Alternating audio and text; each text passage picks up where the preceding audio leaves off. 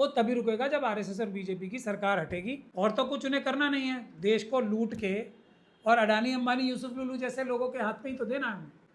जो जिस प्रकार से वोट चुराए जाते हो, जिसका सबसे बड़ा तरीका ईवीएम है, वो हटा के जो एकदम खालिश जनता की आवाज़ है। हालांकि हम लोगों के हिसाब से तो ये मुद्दा बहुत छोटा मुद्दा है, असली मुद्दा तो पेपर बैलेट का मुद्दा है। छोटा मुद्दा इसलिए है क्योंकि धर्मेंद्र प्रधान जी का इस्तीफा मुद्दा जो है वो छोटा है, क्योंकि धर्मेंद्र प्रधान जी के इस्तीफे से आरएसएस और बीजेपी की का चाल चरित्र और चेहरा तो बदल नहीं जाएगा। कोई दूसरे धर्मेंद्र प्रधान आएंगे, वो इससे भी ज़्यादा पेपर लीक कराएंगे।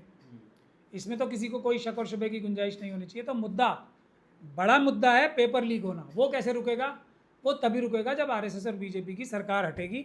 और जो भी नई सरकार आएगी उसको ये डर होगा कि जनता हमें कान पकड़ के हटा सकती है। बाबा साहब ने जो एक वोट का अधिकार सबको दिया था, उसका इस्तेमाल करके। तो उसके लिए क्या करना ज़रूरी है? पेपर बैलेट का वापस लाना ज़रूरी है। तो असली मुद्दा पेपर बैलेट है, धर्मेंद्र प्रधान जी मुद्दा नहीं है। धर्मेंद्र प्रधान जी, जो कहा जाता है ना धुरंधर 2 आ जाएंगे, धर्मेंद्र प्रधान 2 आएंगे, वो उससे भी ज़्यादा खतरनाक होंगे जो धर्मेंद्र प्रधान 1 है। क्योंकि मोदी जी अब किसी को ढूंढेंगे तो इनसे बड़े वाला ही ढूंढेंगे ना, कोई इनसे छोटे वाला तो अब मौका लगेगा तो क्यों मौका गंवाएं वो। और तो कुछ उन्हें करना नहीं है, देश को लूट के और अडानी अंबानी यूसुफ लुलू जैसे लोगों के हाथ में ही तो देना है। और क्या काम है उनका? यानी कि आप कहना चाहते हैं कांग्रेस जनता पार्टी की जो मांग है कि धर्मेंद्र प्रधान का इस्तीफा हो, नहीं बल्कि सरकार बदलने की मांग है। ठीक है, अभी ये क्योंकि ये मेन एक प्रकार से आंदोलन नहीं है, एक उसकी तैयारी है। मेन आंदोलन तो पेपर बैलेट का आंदोलन है। चुनाव निष्पक्ष होना मेन आंदोलन होना है, क्योंकि वही असली आंदोलन है। निष्पक्ष चुनाव होंगे तभी सरकारें जो हैं जनता की आवाज़ सुनेंगी। वरना ईवीएम के माध्यम से जो सरकार बनाने की ताकत रखती है आरएसएस और बीजेपी, वो कितना भी आंदोलन कर लो, आपसे क्यों डरेगी? आपसे क्यों बात भी क्यों करेगी? चुनाव तो उसी ने जीतना है ना, जनता कहीं भी वोट दे।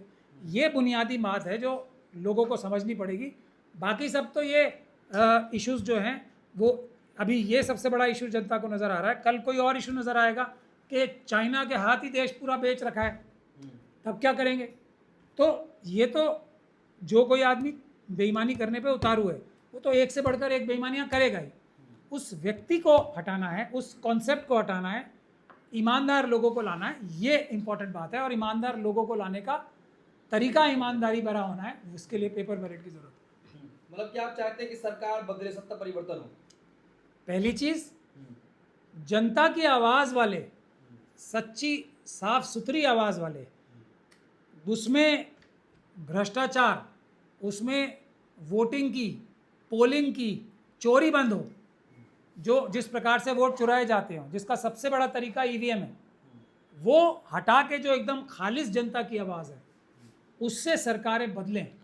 ये डेमोक्रेसी के लिए, हमारे देश के लिए बाबा साहब का दिखाया हुआ सबसे मजबूत रास्ता है। एक वोट का अधिकार सबको देना, इसको वापस लाना, इसको जनता के हाथ में, सॉवरेनिटी जो है ना, ये संप्रभुता जनता की जो है, उसको वापस पहुंचाना हम लोगों का मिशन है।